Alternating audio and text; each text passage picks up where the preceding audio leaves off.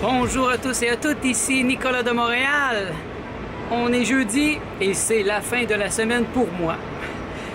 Malheureusement, je sais que plusieurs d'entre vous travaillent encore le vendredi. Ce n'est pas le cas pour moi. J'adore ce moment de la semaine où j'ai terminé. Et là, je peux enfin me décompresser. Ça a été une semaine très intense. Très intense. Vraiment... J'aurais pas de difficulté à payer mon loyer ce mois-ci. Mais ça donne des journées quand même assez éprouvantes, là. Je me suis acheté une chaise l'année passée, une super chaise. Ça m'a coûté presque 900$, peut-être un peu plus. Mais même si on a la meilleure chaise possible, si on passe 8 heures assis, c'est sûr qu'on a des courbatures. En tout cas, je vais parler pour moi. J'ai mal au dos un peu, mais là ça va. Il suffit que je fasse autre chose. On est allé se baigner tantôt, moi et Martha. C'est une magnifique journée aujourd'hui, c'est incroyable. La chaleur est là et elle est présente. Le retour de la chaleur. Donc l'été n'est pas fini, mais il achève. Et c'était une journée très inspirante aujourd'hui. J'ai fait des belles choses. J'aime ça quand c'est plus créatif. Et cette semaine, j'ai fait des choses très créatives. C'est pas juste du remplissage sur un site internet. C'était vraiment... création d'une page d'atterrissage. En anglais, on appelle ça landing page. C'est un concept d'une seule page. Toute l'information est contenue dans une page. Et ça fonctionne comme un entonnoir. On appelle ça un entonnoir d'ailleurs. Les gens dans le marketing. L'entonnoir, c'est ça, c'est que ça fait ça comme ça. Donc, c'est que ça amène la personne à prendre une décision et à passer à l'action. Ça, j'aime ça faire ça, c'est créatif. Je joue avec les couleurs, je mets des images, je cherche des images. Ce qui est difficile, et ce qui a été difficile par exemple la semaine passée, c'est quand c'est des choses répétitives. Quand j'ai comme 30 voyages à rentrer sur un site web, ils sont tous pareils. Je fais juste changer l'information. Ça demande beaucoup d'attention. Puis c'est toujours un geste répétitif, donc c'est plus difficile encore, même pour mon corps. Alors que quand il y a des choses différentes à faire, et aujourd'hui, j'ai plein de petites choses que j'ai fait pour plein de clients. Et ça, c'est le fun parce que je change de registre à chaque fois. Une cliente m'a demandé de rafraîchir un peu son site dans une section de son blog. Trouver des idées pour changer un peu sa page d'accueil. Donc, on a parlé ensemble. J'ai trouvé quelques idées, puis je les ai appliquées. J'ai montré comment utiliser son Facebook un peu mieux. Qu'est-ce que j'ai fait aussi? La mise en page de nouveaux sites Internet. Et j'ai même eu un peu de temps pour moi, mais bon, un peu de temps pour moi. J'ai commencé à faire mes factures. J'aurais aimé ça aller plus loin. Ah oui, le clou de la journée, j'ai eu vraiment un moment pour moi, un petit moment, peut-être 1 heure et demie. Et j'en ai profité pour mettre à jour un peu ma page Facebook, même mon LinkedIn à propos de ma nouvelle compagnie.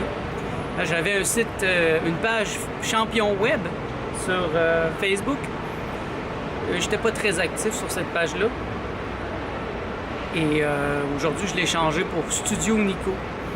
StudioNico.biz, mon nouveau site web. Donc, c'est une nouvelle image un peu plus professionnelle. Avant, je me présentais comme un créateur de site web, infographe. C'est encore ça que je fais, mais là, je préfère me définir comme un spécialiste en images de marque et identité visuelle. Et c'est vrai, c'est ce que je fais. Et je trouve que c'est comme plus... Je m'élève un peu plus haut. Je vois un peu plus large. Je suis pas juste un créateur de site web, je suis pas juste un technicien. Je suis capable de réfléchir et vraiment d'aider la personne à mieux se présenter. Et pourquoi je suis aussi bon? Premièrement, c'est que je l'ai fait pour moi-même. J'ai passé des années à faire ça pour moi, sans même penser à l'argent. Dans ma vingtaine, je pensais juste à ça, l'aspect du marketing de mes bandes dessinées, après ça dans la musique. Comment me présenter, hein, comment faire un communiqué de presse. Et ça a bien fonctionné pour moi à cette époque-là. Les communiqués de presse, on pouvait encore envoyer ça en papier, puis je tombais dans un bon sujet, la chanson québécoise. J'ai eu beaucoup d'articles, beaucoup de réponses des journalistes. Mais quand je suis tombé dans le jovialisme, là, c'est tombé dans une autre arène. Et au Québec, il y a comme un non-dit qui est là de ne pas parler du jovialisme, de ne pas parler d'André Moreau, de ne pas parler de cet aspect. C'est un peu tabou. C'est dangereux, parce que les jovialistes sont généralement très intelligents. Et donc, quand j'ai commencé à aborder le sujet du jovialisme, de la philosophie, on dirait que toutes les portes se sont fermées, mais elles ne se sont pas encore ouvertes vraiment. Et je m'en fous. En fait, je m'en fous à présent, parce que grâce à des réseaux comme YouTube ou Facebook, c'est maintenant possible d'aller directement vers le public sans passer par les médias. Avant, pour faire entendre mon message, j'aurais dû nécessairement passer par la télé, par un éditeur, par des gens officiels, mais aujourd'hui, je m'en fous complètement. Je vais direct à vous. C'est sûr que j'ai pas de moteur de propulsion. J'ai rien qui me propulse présentement, comme si j'avais beaucoup d'argent, je pourrais acheter de la publicité. Si je passais à une émission de télé, ben, j'aurais des millions de personnes qui me verraient d'un coup. J'ai pas ça, donc j'y vais tranquillement, mais en fait, je suis heureux. Je suis vraiment heureux. Je suis heureux de pouvoir parler à quelques-uns d'entre vous comme ça, savoir que vous êtes là, que mes réflexions touchent aux vôtres et que ça vous permet de grandir. Ça me permet certainement de grandir moi-même, de me parler comme ça et d'entendre ce que vous pensez aussi dans vos suggestions, vos commentaires. Il y a comme un embryon de quelque chose qui pourrait devenir vraiment intéressant. Et c'est un peu un paradoxe, c'est un peu la difficulté dans mon cas, c'est que la majorité des gens que je vais suivre, par exemple, sur YouTube, la majorité des livres que je vais lire sont tous en anglais. Donc, je peux suivre plein de gens sur YouTube, mais même si je laisse des commentaires, même si j'essaie d'attirer leur attention, ils ne comprendront même pas ce que je dis. Ils ne comprennent pas du tout le français. Donc, je suis comme... Ici, le Québec, il y a beaucoup de français. Il y a beaucoup d'anglais. Oh! Un gros camion.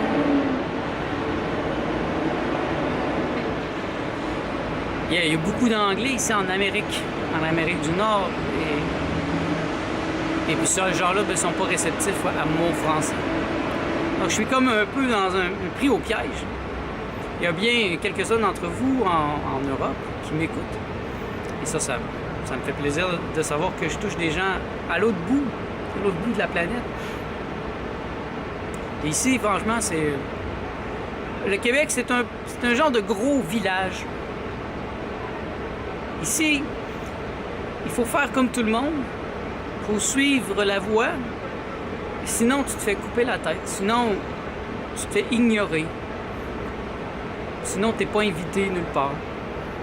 En France, en Europe, il y a beaucoup d'intellectuels, il y a beaucoup de diverses manières de penser. Et puis, même si je penserais différemment, ben, je pourrais quand même avoir une communauté, un public. Mais ici, c'est tellement homogène que si on ne pense pas comme la majorité, bon, on est ostracisé. Comme dans un village.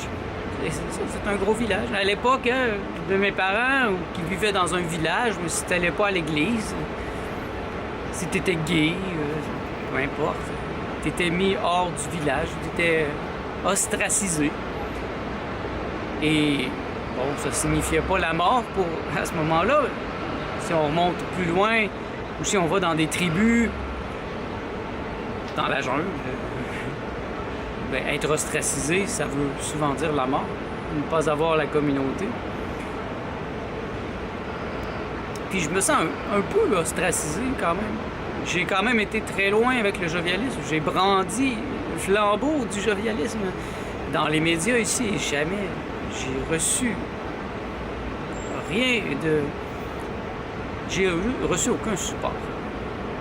Et pourtant, c'est une philosophie intelligente. C'est une pensée intelligente. C'est la plus intelligente que j'ai trouvée. Mais non. Les gens préfèrent écouter Star Academy, des émissions simplettes avec des annonces entre... J'ai une émission d'1 heure avec 25 minutes d'annonces. Pour moi, c'est complètement ridicule. Donc, une chance qu'il y a YouTube. Et vous me comprenez certainement si vous m'écoutez. Parce que si vous êtes quelqu'un de normal, je suis sûr que vous êtes déjà endormi et vous avez changé de poste. Parce que je dis pas vraiment les choses intéressantes pour la majorité des gens. Je dis des choses intéressantes pour les chercheurs de vérité, les trouveurs de vérité, ceux qui veulent se donner un être, ceux qui veulent vivre dans l'intelligence, dans la joie profonde, permanente, dans le « je suis ». Le « je suis ». C'est important, ça, le « je suis ». C'est pas très important de savoir qui vous êtes si vous n'êtes pas. Qui suis-je? Qui suis-je est important, mais si je ne suis pas qui suis-je, ça devient ridicule, puisque je ne suis pas. Donc, je suis. Je suis. Ça demande réflexion. Je vous invite à réfléchir. Est-ce que vous êtes? Est-ce que vous avez un être? Est-ce que vous existez? Ou est-ce que vous êtes plutôt un endormi qui n'a pas commencé à vivre? La naissance physique n'implique pas la naissance spirituelle, la naissance éthérique. Ça n'a rien à voir. La première naissance, c'est la naissance au corps. Et il faut après vouloir naître à l'esprit. C'est la seconde naissance. C'est la vraie naissance, la seule qui compte. Parce que si vous ne vous éveillez pas, si vous n'avez pas la seconde naissance dans votre vie physique, vous n'avez rien compris. Et vous allez refaire sans cesse les mêmes erreurs. Moi, j'ai remarqué que dans toutes les traditions, il y a ce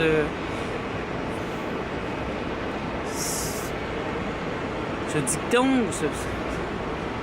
on dit que c'est quand on dit, c'est dira-t-on, quand dira-t-on, que quand on meurt, eh bien, il y a comme un tunnel, et puis là, il y a une lumière. Mais moi, je trouve ça vraiment drôle que quand on vient au monde, il y a comme un tunnel, là, il y a une lumière. Et je pense que pour la majorité des gens, les non-éveillés, ceux qui ne prennent pas le temps de cultiver leur être, eh bien, ils vont mourir endormis. Et là, ils passent dans le tunnel, et là, ils voient la lumière, et là, hop, hop, hop, hop, ils reviennent comme un enfant. Le tunnel étant la mer, et là, ils sortent de la mer. Ils ont tout oublié. Et c'est à recommencer. Ils font la même erreur. Et ça, c'est la roue du samsara, dont parlent les hindous, la réincarnation. C'est un cycle infernal. Infernal. C'est l'enfer ici. Moi, je trouve que c'est l'enfer sur la Terre. On dirait que c'est la pire place qui existe. Les gens qui s'entretuent, qui se polluent, qui vivent comme des primitifs. Alors même qu'il existe des formes d'énergie pure, propre, libre, qui ne coûte rien, on continue d'utiliser le gaz, l'électricité, et on pense que l'énergie solaire, c'est quelque chose de très très évolué, mais en fait, voyons donc, il existe l'énergie du point zéro. Je suis sûr que certaines personnes sur cette planète l'utilisent déjà, certains êtres. Mais non, nous, on vit comme des primitifs, à prendre une auto et avec du gaz, à payer le gaz, alors que on pourrait, en un claquement de doigts, se déplacer directement à l'endroit où on veut. Ne venez pas me parler d'évolution. Franchement, si vous croyez à l'évolution, moi, Je risque de rire de vous parce que franchement, on n'est pas très évolué ici sur la planète. Peut-être que moi, je suis évolué. Mais je ne crois pas que la race humaine est en train d'évoluer. Elle dévolue plutôt, elle est en train de s'enfoncer dans la noirceur, de tomber en chute libre jusqu'à un moment où il va être trop tard.